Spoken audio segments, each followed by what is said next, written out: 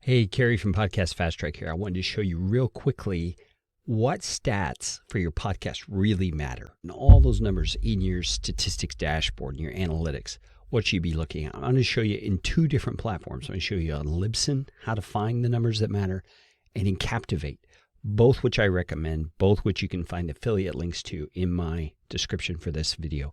All right, I'm going to get myself out of the way here, and let's start out with Libsyn, okay?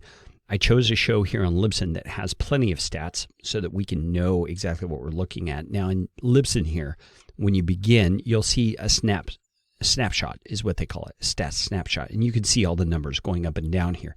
Now that really is not granular enough to help you much. Okay, so you can either click up here on this stats situation, or you can click here on this button. They're going to take you to the same place.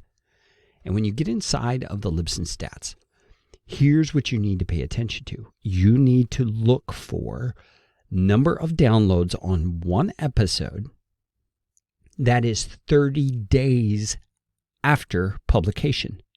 Okay, and that's going to be your average, okay? That's the number you want to pay attention to because it takes people a while to download those episodes. You know, they may have their app set to automatically download your episodes if they've subscribed, but they likely don't. Most people don't fill up their phone with every episode that comes in. So they wait, they look to see what's come in, and they download. So that 30-day range gives enough time for that to happen and for us to assess how many people actually are downloading your episode on a regular basis. And so what you want to do is go in here and find an episode that's 30 days old, and we're going to dig into the number of downloads on that episode to date. Okay, so if you can see down here on my computer, it's September 2nd. So I need to find an episode that published on August 2nd. That's roughly 30 days, okay? So you notice all these episodes are published in date order. This is a daily podcast. So I need to go back to August 1st. I'm going to take a stab here and say it's back, not quite far enough. Okay, so August 1st. All right, here's the episode right here. And I want to see my number right here. It's 12,236. So this episode, 30 days after publication, got 12,236 downloads. Okay, now how does that help you? Well, what you need to understand is the average number of episodes across all of podcasting. And we're really not talking about an average. We're talking about a median number, which throws out the highest outliers and throws out the lowest numbers and gives you the average amongst what's left. Okay, that's the mean. And the mean number of downloads for podcast episodes is 130. So you see that this 12,236 is way outpacing that 130. This is probably up in the 90% range or somewhere around there. That's really pretty good. Now, what does that matter?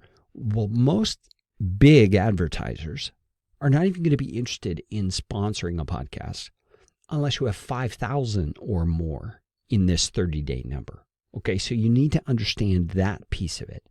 Now, that doesn't mean you can't have sponsors. You could definitely have sponsors with less than 5,000, and that is especially if you are a niche-focused podcast and you can find a sponsor who is an exact fit for your audience. I know of a situation where a fine artist who does a podcast about painting and interviews artists who do painting has a sponsor who is a paint and brush supplier and art supply depot, so to speak. That's a perfect fit. And she doesn't have numbers like this. She doesn't even have the 5,000, I don't believe. That's an example of how sponsorships can work beautifully if you find the right sponsor. All right, so let's go over to Captivate. Look at their analytics. All right, here's Captivate. We're on the analytics page, which you can find over here on the left. And you notice it's showing me all kinds of overview sort of stats. That's not what I'm looking for. Remember, I'm looking for that 30-day average. Okay, so I'm going down to find my episodes stats. And here it's showing my publish date. And you notice all of these published way later. I mean, these are a long time ago.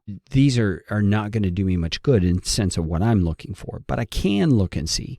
Here, this podcast has much less stats. See, this episode, for example, has only had 56 downloads in its entire existence since July 2nd, 2018. That's because this podcast is intended to be something different. This is a podcast I created that is static. I'm not adding episodes to it. It's just content I want people to be able to access. And so it has these 12 episodes. That's all it has. But you see, in Captivate, you can find the very same thing. You can find your episode stats. You can find that published date that's 30 days prior, and then find the number right here. So keep in mind that 30-day number is what you're looking for.